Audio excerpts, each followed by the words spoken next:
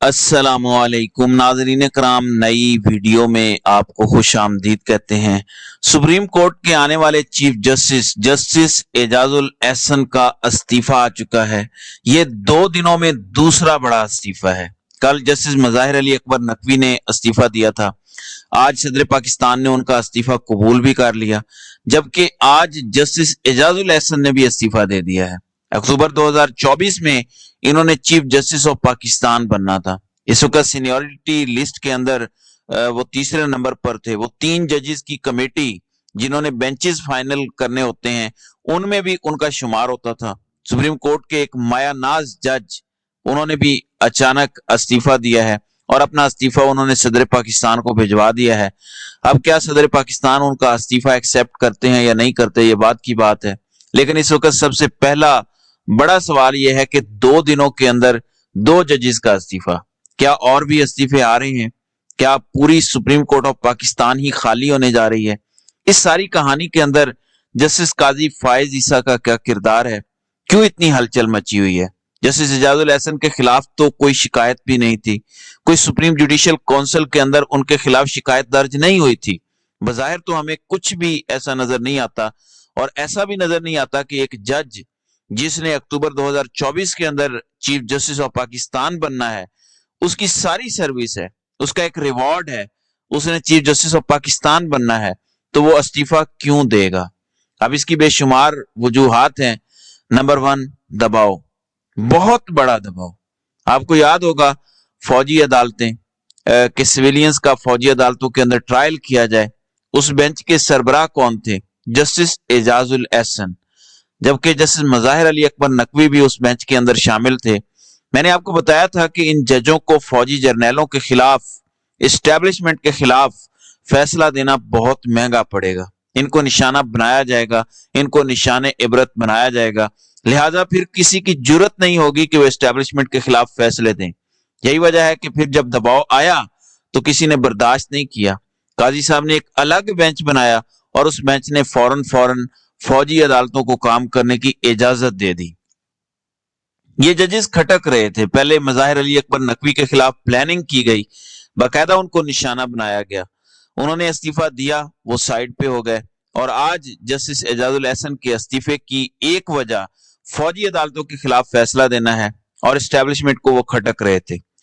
दूसरा, काजी साहब का रवैया, काजी साहब की डिक्टेटरशिप।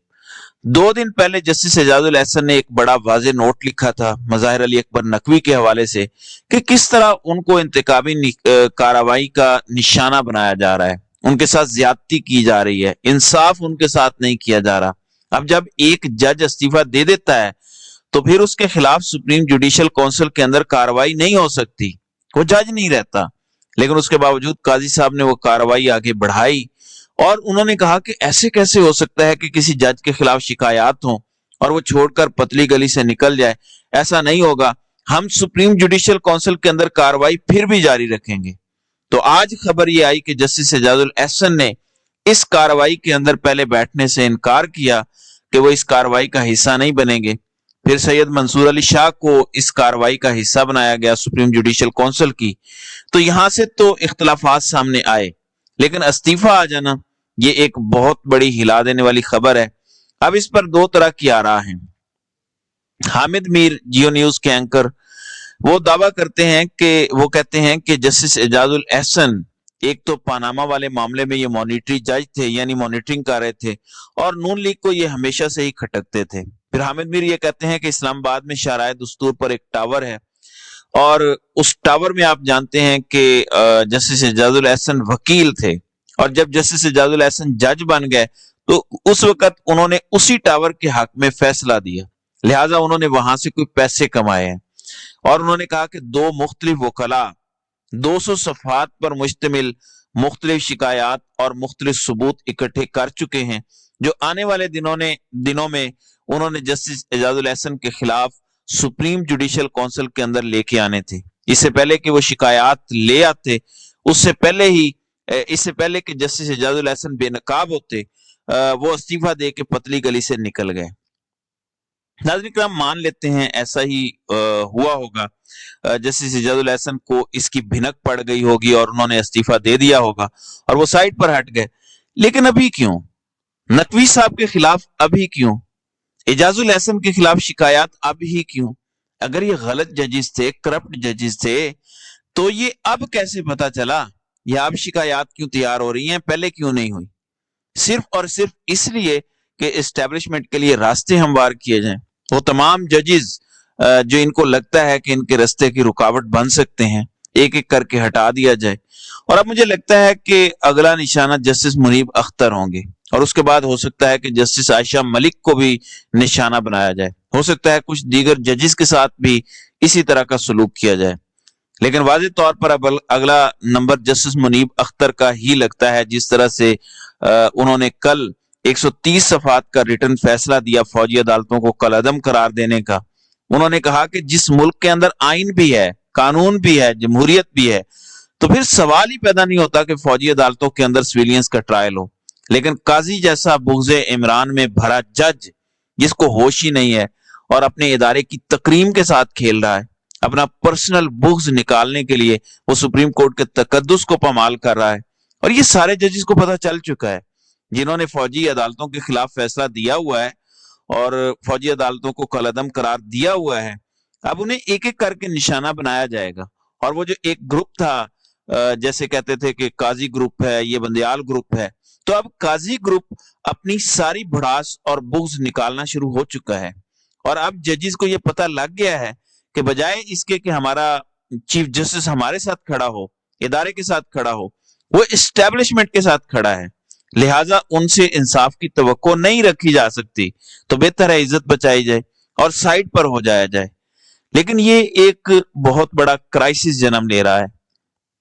2 दिनों के अंदर 2 सीनियर तरीन जजेस का इस्तीफा देना और उनका साइड पर हो जाना, ये बेशुमार सवालात भी उठा रहा है। पाकिस्तान के अंदर जुडिशरी की पहले ही जो हालत है, जिस तरह से एस्टेब्लिशमेंट, मैंने कहा था, याद करें आज से 15-20 दिन पहले मैंने कहा था कि अब एस्टेब्लिशमेंट का अगला निशाना जुडिशरी होगी।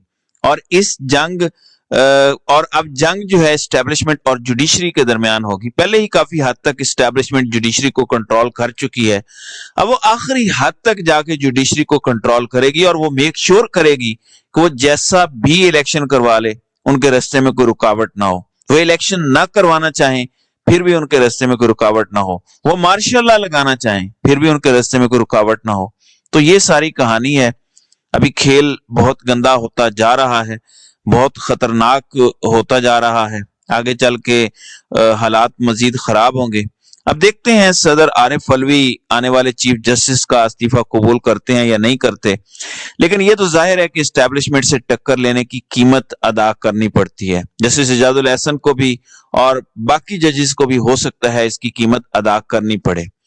नाज़रीन इकराम, पीटीआई का बल्ले का निशान election commission of Pakistan party बना हुआ है और पार्टी बनते हुए तारीख के अंदर पहली दफा एक इदारा पार्टी बना है और उसने पिशावर हाई कोर्ट का फैसला चैलेंज किया है। और कल काजी फायज ईसा की सरबराही में अब बल्ले के निशान वाला मामला सुप्रीम कोर्ट के अंदर सुना जाएगा। इसी तरह पिशावर हाई कोर्ट के फैसले पर जो अमल नहीं हुआ और तौहीन अदालत का मामला है, कल पिशावर हाई कोर्ट के अंदर पीटीआई की पिटीशन पर समाअत होगी। और आज इस्लामाबाद हाई कोर्ट ने रिटर्न फैसला अपना जारी कर दिया है, जो महफूज फैसला था कि 14 दिसंबर के बाद साइफर केस के अंदर जो कार्रवाई हुई है उसे कलअदम करार देती है इस्लामाबाद हाई कोर्ट, और वो आइन के मुताबिक नहीं है। और जज अबुल हसनात की कार्रवाई और उनका ऑर्डर कि इन कैमरा समाअत होगी, खुफिया समाअत होगी, उसको कलअदम करार दिया जाता है। तो खेल नाजरीन इकराम बड़ा खतरनाक हो रहा है, ध्यान से तवज्जो रखिएगा। अगले आने वाले दिनों में भी आपको मजीद हालात खराब होते नजर आएंगे। तो नाज़रीन इकराम, आपकी इस वीडियो के हवाले से क्या राय है? आप अपनी राय का इजहार कमेंट सेक्शन में जरूर कीजिएगा।